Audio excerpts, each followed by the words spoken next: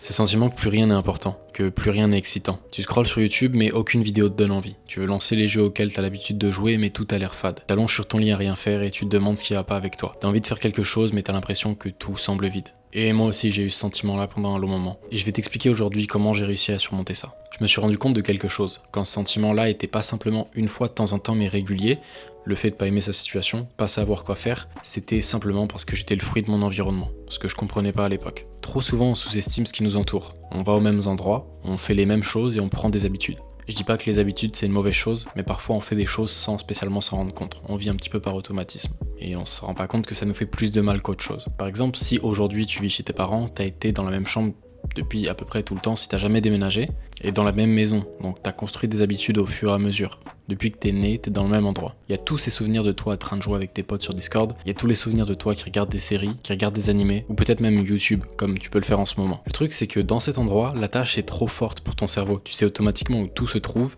et tes habitudes sont ancrées. Il n'y a plus de secret pour toi dans cette chambre, dans cette maison, ou peut-être même dans cette ville. Et tu sais très bien qu'à la base, les êtres humains, on est nomades, on est fait pour bouger. Ce sentiment de vouloir rien faire, ça vient premièrement parce que tu connais trop ton environnement, tu connais trop les choses qui sont autour de toi et tu connais trop les détails de ce que tu fais chaque jour. Comme je te disais à la base, les êtres humains, on est des nomades, on se déplaçait tout le temps de ville en ville. Bon, à l'époque, les ressources, elles étaient pas centrées dans un supermarché, mais plus dans la nature et à se déplacer elles aussi. C'était pas des élevages, des champs, des Super U, des Leclerc, des Intermarchés, comme on a aujourd'hui, mais c'était des bêtes qui se déplaçaient. Et c'est que depuis très récemment dans l'humanité que le monde vit dans les mêmes endroits. Ils achètent leur maison et passent la plupart de leur vie dans la même ville, même village. Mon premier conseil qui a marché pour moi, c'est de changer d'environnement. Un petit peu comme les anciens êtres humains. Tu peux le faire de différentes façons. J'ai trouvé plusieurs façons pour moi qui ont fonctionné. La première, c'est par exemple changer tes meubles de place. Vu que je t'ai dit que tes souvenirs étaient trop liés à un certain endroit, par exemple ta chambre ou ta maison, ou que tes habitudes aussi étaient ancrées à ça, peut-être que tu vas me dire que changer les meubles de place dans ta chambre c'est bizarre. Ce que j'entends, mais le truc c'est que en essayant de changer les meubles de place, ce que tu vas faire c'est que tu vas détruire un petit peu ces automatismes que tu avais. Tu vas détruire ces habitudes du toi de il y a je sais pas combien de temps. Peut-être depuis que t'es né, t'as les meubles à la même place, parce que c'est tes souvenirs et tes habitudes qui te retiennent dans le passé. C'est pour ça que t'as envie de rien faire aujourd'hui, c'est parce que ce que tu trouvais certainement excitant à l'époque ne l'est plus aujourd'hui, et que tu veux sans doute autre chose, mais que tous tes souvenirs de ta chambre, ça te rappelle aussi un petit peu le confort d'avant, le confort de tout ce temps que t'as passé en ayant par exemple du fun avec tes potes. Mais en t'attachant à ce confort, tu te fais un peu du mal. Tu sais que pour évoluer dans la vie, il faut faire face à l'inconfort. C'est le principe même de l'évolution. Par exemple, si tu vas à la salle et dès que ça fait un peu mal quand tu fais un exercice, bah t'arrêtes, tu vas jamais progresser. Alors change la configuration des choses. Tu peux même échanger si tu as la possibilité, ta chambre avec la chambre d'amis, pour que tu puisses vivre ta vie un petit peu d'une autre manière. Une autre solution, moi, qui m'a aidé à enlever ce sentiment-là, c'était complètement de changer d'environnement. J'ai changé de chambre, pas seulement, j'ai changé aussi de pays. Je suis parti de chez mes parents pour aller vivre au Canada, là où je vis aujourd'hui. En fait, l'image que j'avais de moi-même quand je vivais chez mes parents, elle était trop attachée à ces dizaines de milliers d'heures que j'avais sur League of Legends. Des moments où j'étais sous leurs ailes, où je regardais des séries, où je faisais absolument rien. Et tous ces souvenirs-là depuis que j'étais tout bébé. J'étais trop dans le confort et ça me faisait plus de mal qu'autre chose. Et ça sans le savoir. Si tu veux comme moi partir à l'étranger, pour changer d'environnement, il y a plusieurs possibilités de visa, ce qu'on appelle un PVT.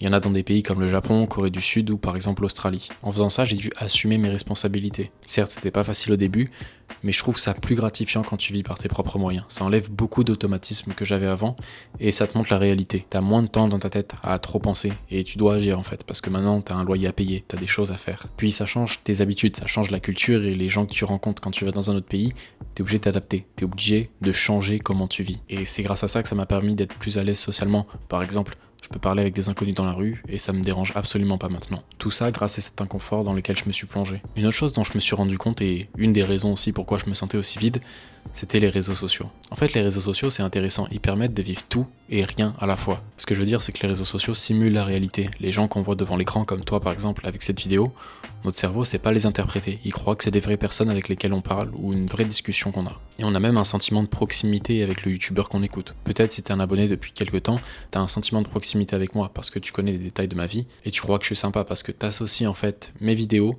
comme si j'étais quelqu'un de ton entourage, alors qu'on se connaît absolument pas. C'est pareil, si tu suis des matchs de foot en supportant une équipe, t'es content quand ils gagnent, comme si c'est toi qui faisais partie de l'équipe. Mais toi, par regarder le match allongé dans ton canapé, tu fais quoi ?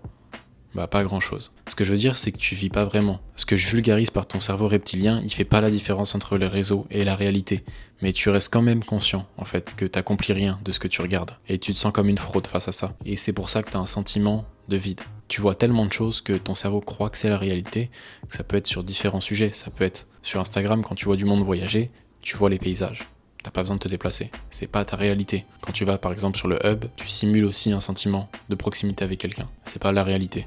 Et pareil avec ces vidéos, t'as l'impression d'avoir une discussion avec quelqu'un, mais je suis pas là avec toi dans la pièce, c'est pas la réalité. Donc ce qui a marché pour moi, c'est d'arrêter d'être ce spectateur dans ma vie et commencer à vivre mes propres expériences, plutôt que de regarder celles des autres ou de les simuler. Mais tu vas me dire que t'as toujours envie de rien faire. Tu vas me dire que si t'arrêtes les réseaux sociaux, t'auras envie encore de moins faire de choses. Ce que je te conseille, c'est d'aller faire une marche, déconnecte-toi et reviens dans la réalité. T'es peut-être trop sur les réseaux sociaux. Le dernier conseil qui m'a personnellement aidé à battre ce sentiment-là, c'est de garder un journal ou plutôt un dictaphone. Celui de mon téléphone. Dedans, je m'enregistre souvent, tous les jours où ça va et les jours où ça va pas. Souvent, quand je pense ne rien vouloir, je me mets devant le dictaphone ou devant le journal et il y a tout qui sort. Des choses que je doutais même pas. C'est comme en automatisme, il y a tout qui ressort. Plein de sentiments, plein de données qui n'ont pas été traitées par mon cerveau et je me sens juste mieux après. T'as pas à réfléchir, t'as juste à écrire ce qui te passe par la tête. Et une fois que tu fais sortir tout ça, tu te sens beaucoup mieux.